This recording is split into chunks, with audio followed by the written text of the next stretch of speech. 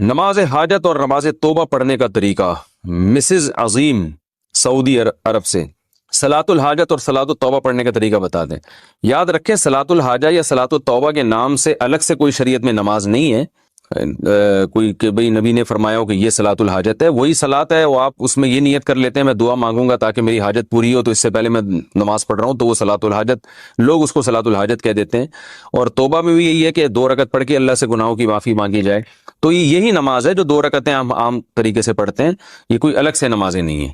فجر عصر کے بعد صلاۃ الحاجت پڑھنا، کیا فجر یا عصر کے بعد صلاۃ الحاجت کے نفل پڑھ سکتے ہیں؟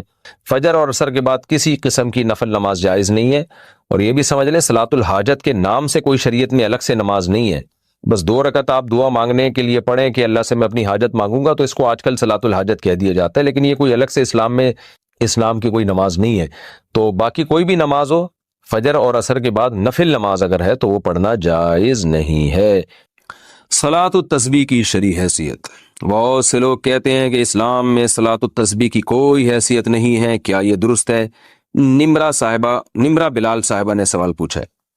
دیکھیں صلاۃ التسبیح کے بارے میں جتنی احادیث ہیں کوئی ایک بھی صحیح حدیث نہیں ہے، پہلی بات تو یہ۔ دوسری بات یہ کہ فقہا کا اصول ہے کہ ضعیف حدیثیں جب کثرت سے ہوں تو وہ درجہ حسن تک پہنچ جاتی ہیں، یعنی قابل قبول ہو جاتی ہیں۔ وہ اس بیس پہ اگرچہ صحیح حدیث ایک بھی نہیں ہے، لیکن کثرت سے حدیثیں ہیں، اگرچہ وہ ضعیف ہوں تو وہ مل کے ایک قوت مل جاتی ہے ان کو۔ اس بیس پہ جمہور علماء کا یہی مذہب ہے، یہی ان کا قول ہے، یہی ان کا فتویٰ ہے کہ صلاۃ التسبیح کو بالکل کالعدم قرار دے دینا یہ درست نہیں ہے، اس نماز کی ایک حیثیت ہے، یہ سنت عمل ہے، کیونکہ ضعیف روایتوں کی کثرت کی بیس پہ جو ہے وہ فتویٰ یہ دیا جائے گا کہ یہ نماز ثابت ہے، اور وہ فضیلت جو اس کی حدیث میں آتی ہے وہ فضیلت ثابت ہے۔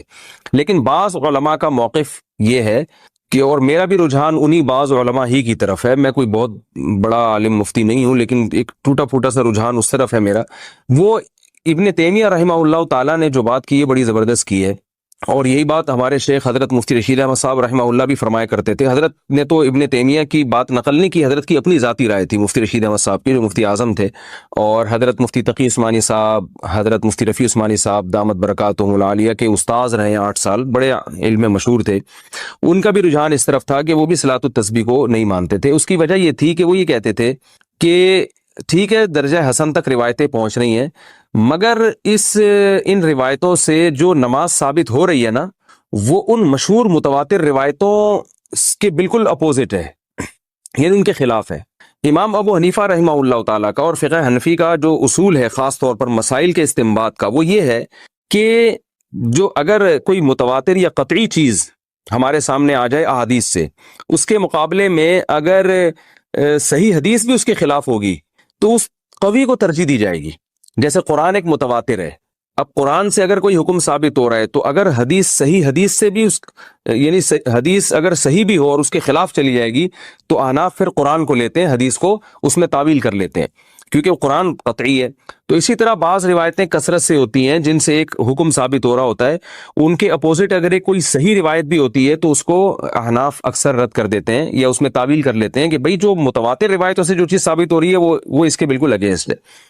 تو صلاۃ التسبیح میں بڑا اشکال یہ ہوتا ہے کہ اس نماز کی جو کیفیت ہے اس میں بعض دفعہ ایسا عمل ہوتا ہے جس سے سجدہ سہو لازم آ رہا ہوتا ہے، یعنی عام نمازوں، مثال کے طور پر آپ جب یعنی سورہ فاتحہ کے بعد جب سورت شروع کرتے ہیں اور سورت ختم کرتے ہیں تو رکوع میں تاخیر سے جو صحیح حدیث سے ہمیں پتہ چلتا ہے، جو نبی کا معمول رہا ہے، وہ یہ کہ سورت ختم کرتے ہی آپ نے رکوع کیا ہے۔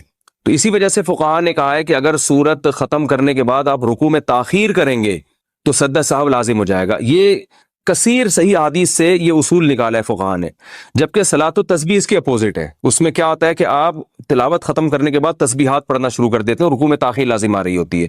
تو صحیح احادیث سے جو بات بے غبار روایات اور کثرت روایات سے جو بات ثابت ہو رہی ہے وہ یہ ہوتی ہے کہ سورت ختم کرتے ہی رکوع کرنا واجب ہے، تو اس میں کیا ہو رہا ہے کہ رکوع کرنا واجب نہیں ہے، تو یہ اگینسٹ ہو رہی ہے نا ان صحیح حدیث کے۔ اس لیے بعض علماء کا موقف یہ ہے کہ اگرچہ ضعیف روایتیں ہیں، کثرت سے ہیں، درجہ حسن تک پہنچی ہوئی ہیں، مگر اس سے جو نماز کی کیفیت ثابت ہوتی ہے وہ متواتر جو روایتیں ہیں ان سے ثابت ہونے والی کیفیت کے خلاف ہے۔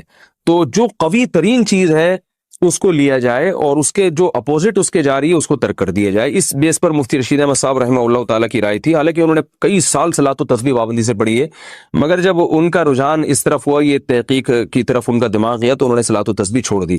مگر منع نہیں کرتے تھے دوسروں کو, اس لیے کہ جمہور بہرحال اس کے قائل ہیں. تو میں بھی کسی کو منع نہیں کرتا, جو ہے وہ جمہور اس کے قائل ہیں, اور فقہ حنفی میں بھی فتویٰ اسی پر ہے کہ صلاۃ و تسبیح پڑھنی چاہیے. تو لیکن بعض علماء بہرحال اس طرف گئے. اور پھر میں نے بعد میں علامہ ابن تیمیہ رحمہ اللہ تعالیٰ کی تحقیق پڑھی, انہوں نے بھی یہ بات لکھی ہے کہ لم یثبت مثلہ بمثلہ, کہ جس قسم کی نماز ان روایتوں سے ثابت ہو رہی ہے صلاۃ و تسبیح والی, تو اس جیسی نماز جو صحیح روایتوں کے بالکل اگینسٹ جا رہی ہے اس کے لیے بہت مضبوط دلیل ہونی چاہیے. تو یعنی اتنی کمزور دلیل سے وہ ثابت اس کو نہیں کیا جا سکتا, کیونکہ یہ صحیح روایتوں کے اگینسٹ جا رہی ہے. یعنی جو مفتی رشید احمد صاحب کہا کرتے تھے, تو ابن تیمیہ رحمہ اللہ کی رائے بھی میں نے دیکھی کہ وہ بھی بالکل اس کے مطابق ہے. لیکن بہرحال جمہور اس کے قائل ہیں. علامہ ناصر الدین البانی رحمہ اللہ تعالی وہ صلاۃ و تسبیح کے قائل ہیں, اور انہوں نے اس مسئلے میں عبداللہ ابن مبارک رحمہ اللہ کی تقلید کی ہے, اور بالکل واضح لفظوں میں تقلید کی ہے. ان کی تحقیق جو میں نے پڑھی تو انہوں نے بتایا کہ اگرچہ ضعیف روایتیں, لیکن عبداللہ ابن مبارک رحمہ اللہ تعالی جیسا محدث, وہ کہتے ہیں جب وہ پڑھا کرتے تھے تو پھر ہم اس کو سنتی سمجھتے ہیں. تو یعنی کیونکہ عبداللہ ابن مبارک بہت بڑے محدث تھے, فقیہ بھی تھے, تو انہوں نے کہا کہ عبداللہ ابن مبارک نے چونکہ اس نماز کو افضل سنت قرار دیا, ثابت قرار دیا ہے, تو اتنے بڑے محدث کی رائے کو میں فالو کر رہا ہوں. تو انہوں نے اس تقلید کا لفظ تو ذکر نہیں کیا, لیکن انہی کی تقلید میں, تقلید اسی کو کہتے ہیں کہ آپ کسی پر اعتماد کر کے کہ بھئی جب اتنا بڑا آدمی ایک چیز پہ فتویٰ دے رہا ہے تو میں بھی اس پر اعتماد کرتا ہوں. تو اگر کوئی تقلید کے طریقے پر اگر کوئی عبداللہ بن مبارک کو فالو کرے یا کسی دوسرے مجتہد کو, پھر تو ٹھیک ہے. لیکن اگر تحقیق کی دنیا میں جاتے ہیں تو پھر میرا رجحان اسی طرف ہے, کیونکہ امام حنیفہ سے صراحتاً اس بارے میں کچھ منقول نہیں ہے, امام مالک سے بھی صراحتاً اس بارے میں کچھ منقول نہیں ہے, یہ حضرات اس بارے میں خاموش ہیں. تو اگر ان سے منقول ہوتا تو بھی ہم کہتے کہ یہ اتنے بڑے لوگ ہیں, یقیناً ان کے سامنے کوئی مضبوط دلیل ہوگی, یا یہ اس حدیث کو یقیناً صحیح سمجھتے ہوں گے. کیونکہ مجتہد کا کسی حدیث پہ فتویٰ دے دینا یہ اس کی علامت ہے کہ اس کی نظر میں یہ حدیث بالکل صحیح ہے. تو وہ اگر یہ فیصلہ کر دیتے یہ حدیث صحیح ہے, تو پھر کیونکہ حدیث کا صحیح اور ضعیف کہنا بھی تو محققین کا کام ہے نا, یہ فیصلہ عام آدمی کے لیے آسان نہیں ہے. تو اس بیس پر میرا اپنا جو ذاتی رجحان ہے وہ یہی ہے کہ صلاۃ التسبیح کوئی پڑھ رہا ہے تو ٹھیک ہے, جمہور کے قول پر عمل کرے, دونوں طرف دلائل ہیں. لیکن میرا جو رجحان ہے کہ جب صحیح احادیث سے جو نمازیں ثابت ہیں وہ اتنی کثرت سے ہیں, جو بالکل بے غبار روایات ہیں, اور ان میں اتنا ثواب ہے, تو بھائی جو کمزور چیز ہے اگر بہت وقت بچ جائے تو اس کی طرف آئیں اور صحیح حدیث کو فالو کریں, تو یہ میرا خیال ہے زیادہ اچھا ہے. لیکن بہرحال کوئی صلاۃ التسبیح پڑھتا ہے تو بدعت نہیں کہہ سکتے, کیونکہ بڑے بڑے علماء کا اس میں اختلاف ہے, اور جب اتنے بڑے فقہاء اور علماء کا اختلاف ہوتا ہے تو اس کی بیس پر کسی عمل کو بدعت بہرحال ہم نہیں کہہ سکتے, جبکہ روایتیں اس طرف موجود بھی ہیں. تو اس لیے آپ جس کی بات کو فالو کرنا چاہیں, جس عالم کے قول پر عمل کرنا چاہیں, آپ کو اختیار ہے, اس میں دونوں رائے ہیں. باقی صلاۃ التسبیح میں ایک اور میں بات آپ سے عرض کروں کہ دیکھیں, نماز تو جمہور کا مذہب تو یہی ہے, فقہ حنفی میں بھی فتویٰ اسی پر ہے کہ صلاۃ التسبیح پڑھنا سنت ہے, اور بڑے بڑے علماء اس کے قائل رہے ہیں, جس کی ڈیٹیل میں نے آپ کو بتائی. باقی بعض لوگوں کا ایک مزاج بھی ہوتا ہے, میرا ایک اپنا ایک جو مزاج ہے, میں کہتا ہوں یار ایسی چیز کو لو جو بالکل بے غبار ہو, کیونکہ رسول اللہ صلی اللہ علیہ وسلم جو تھے تہجد کی نماز روزانہ پابندی سے پڑھا کرتے تھے, جن کیفیات کے ساتھ, 2 رکعتیں کر کے بھی, کبھی 4 رکعتیں کر کے بھی, اس میں آپ سورہ فاتحہ پڑھتے, پھر سورت ملاتے, پھر رکوع کرتے. تو یہ کیفیت تھی. تحیات کے بعد درود شریف اور دعا پڑھ کے سلام پھیرتے, اور اسی طرح اشراق کی نماز آپ نے بتائی, اوابین کی نماز بتائی. تو یہ بالکل بے غبار روایات سے ثابت ہیں, ان میں کوئی اختلاف بھی نہیں ہے. تو بعض کا مزاج بھی ہوتا ہے, میرا مزاج یہ کہ بھائی ایسی چیز کو لے لو جو بالکل بے غبار ہو. لیکن بعض لوگ کہتے ہیں کہ بھائی اس میں چونکہ تسبیح کا عمل بہت زیادہ ہو رہا ہے, اور بڑی لمبی نماز ہوتی ہے, اور تسبیح سے ایک طرف دماغ لگتا ہے, اس بیس پہ کہتے ہیں کہ یہ پڑھنی چاہیے. تو اس میں ایک ذوق کا بھی اپنا دخل ہوتا ہے. مسز غفار لاڑکانہ سے, اگر کوئی عورت سفر میں ہو جیسے بازار میں یا بس میں, تو وہ نماز کیسے ادا کرے گی؟ جب وہ بس میں ہے تو جتنا اس کے بس میں ہو اسی طرح سے نماز پڑھ سکتی ہے. وہ بازار میں ہو تو وہاں تو بہرحال کھڑے ہو کے نماز پڑھنی پڑے گی. بازاروں میں پانی ہوتا ہے, واش روم نہیں ہوتے بازاروں میں, تو پانی کا انتظام ہوتا ہے. تو عورت کو چاہیے شرم و حیا نہ کرے, اس میں سستی نہ کرے, بازار میں جائے نماز پڑھے. اللہ تعالیٰ نے بازار میں نماز کا الگ سے حکم دیا ہے, رجال لا تلہیہم تجارت ولا بیع عن ذکر اللہ و اقام الصلاۃ. اللہ فرماتے ہیں کہ ہمارے جو نیک بندے ہیں ان کو تجارت اور خرید و فروخت نماز سے غافل نہیں کرتی. تو نیک بندے میں عورتیں بھی آتی ہیں، مرد بھی آتے ہیں.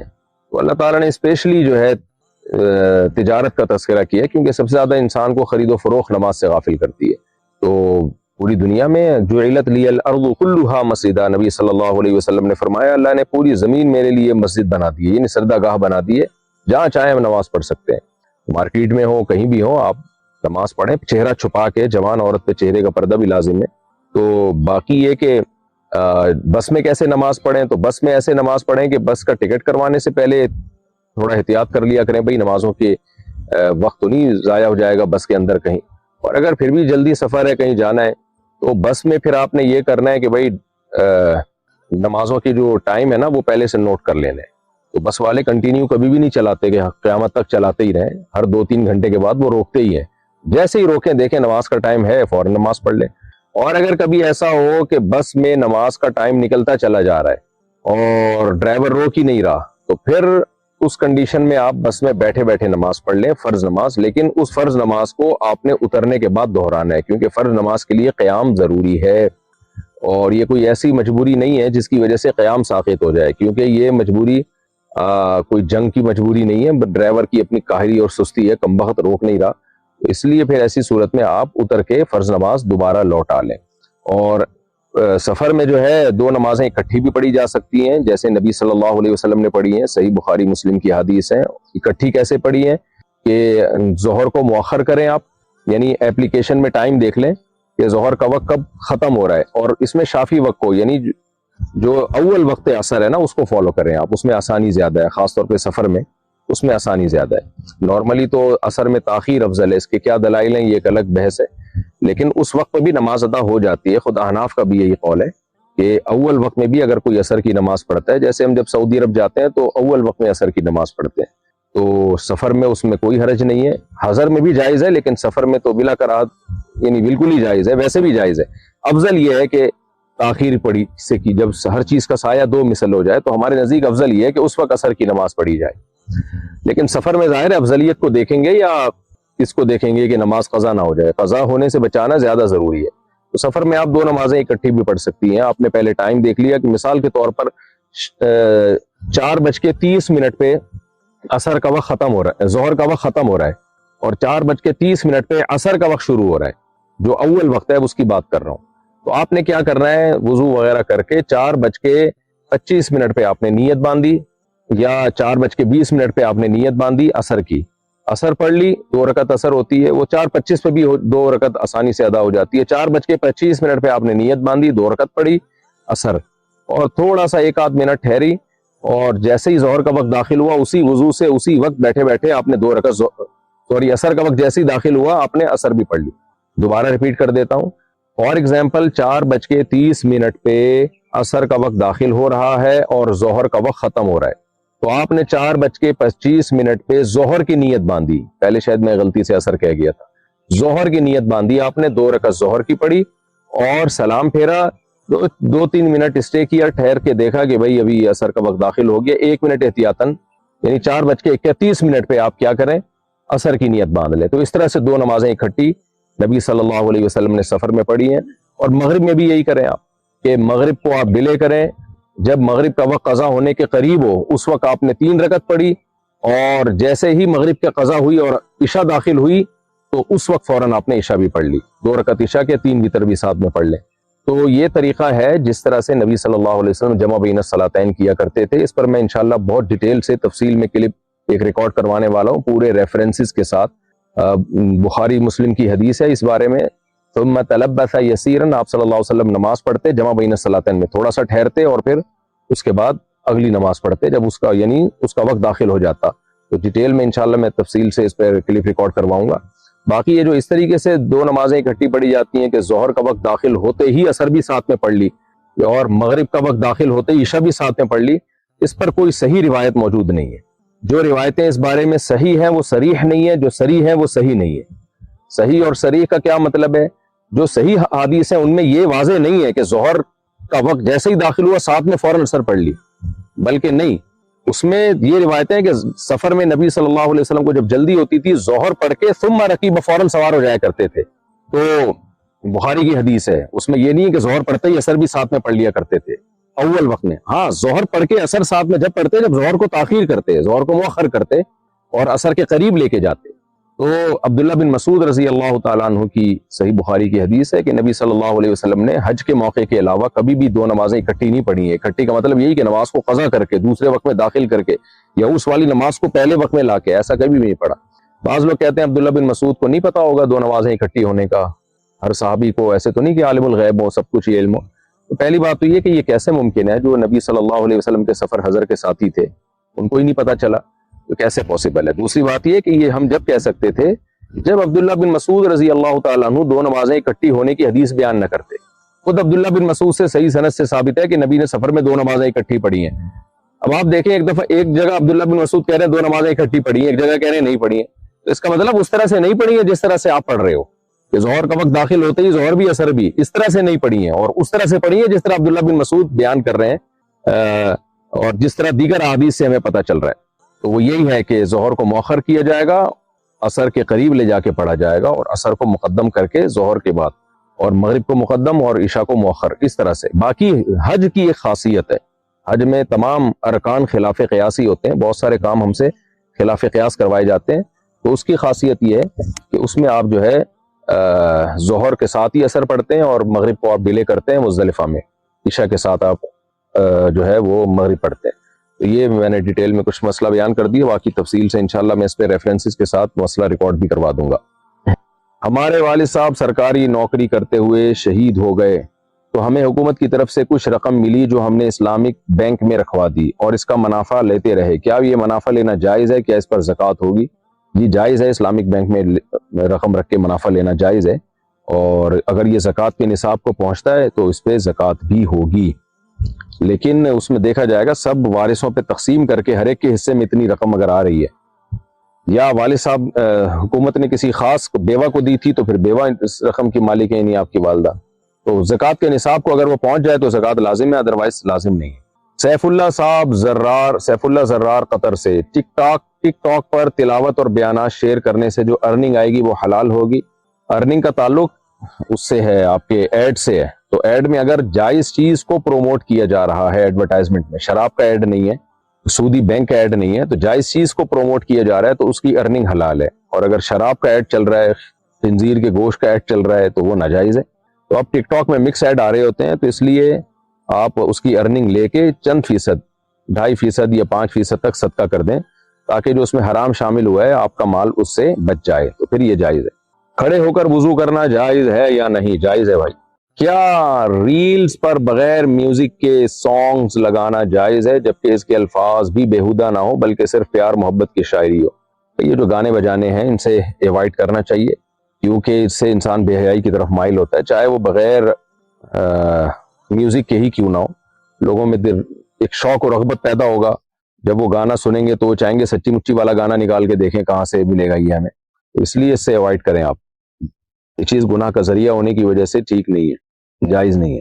انجم بمبئی سے, واشنگ مشین میں ناپاک کپڑے دھلے ہوئے ہوں تو پاک کپڑے دھونے سے پہلے واشنگ مشین کو پاک کرنا ہوگا.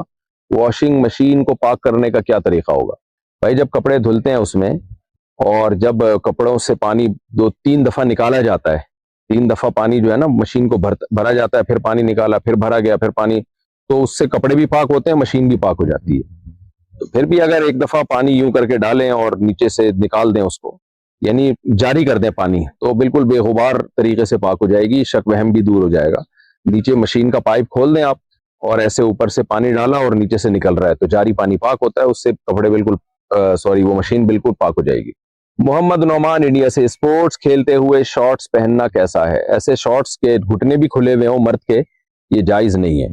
ناف سے لے کے گھٹنے تک کا ایریا مرد کے لیے چھپانا فرض ہے, کھیل کود میں اس کو ظاہر کرنا جائز نہیں ہے. محمد نعمان, اچھا, کیا زکوٰۃ کے پیسوں سے بچوں کے اسکول میں کھانا کھلا سکتے ہیں؟ نہیں کھلا سکتے. زکوٰۃ کے لیے فقیر کو, غریب کو مالک بنانا ضروری ہے. جب ہم زکوٰۃ کے پیسوں سے غریب کو کھانا کھلاتے ہیں تو وہ کھانے کا مالک نہیں بنتا, مالک آپ ہی ہوتے ہو. آپ کا کھانا وہ کھا رہا ہوتا ہے، تو اس سے زکوٰۃ ادا نہیں ہوتی. تو اس کے لیے مالک بنانا ضروری ہے. اب مالک بنانے کا طریقہ یہ ہے کہ یا تو ان کو پکڑا دیے جائے پیسے، یا کھانا پکڑا دیا جائے کہ آپ اس کے مالک ہو، ڈبے میں نا پیک کر کے کہ بھئی یہ آپ کا ہے، اب آپ کھاؤ اس کو. اب اس کی مرضی وہ کھائے یا اس کو بیچے، اب آپ اس سے پوچھ نہیں سکتے. مالک کا مطلب یہ ہوتا ہے. دوسرا طریقہ یہ ہوتا ہے کہ آپ بچوں کے جو متولی ہیں، جیسے بچوں کے ماں باپ ہیں، ان کو آپ کہیں کہ ہم چونکہ بچے نابالغ ہیں تو ان کے ماں باپ کا قبضہ بھی بچوں کا قبضہ ہی کہلائے گا. تو آپ ان کے ماں باپ سے، متولی سے یہ کہہ دیں کہ بھئی ہم آپ کو کھانا ملکیت میں دینا چاہتے ہیں، آپ کے بچوں کو ملکیت میں دینا چاہتے ہیں. تو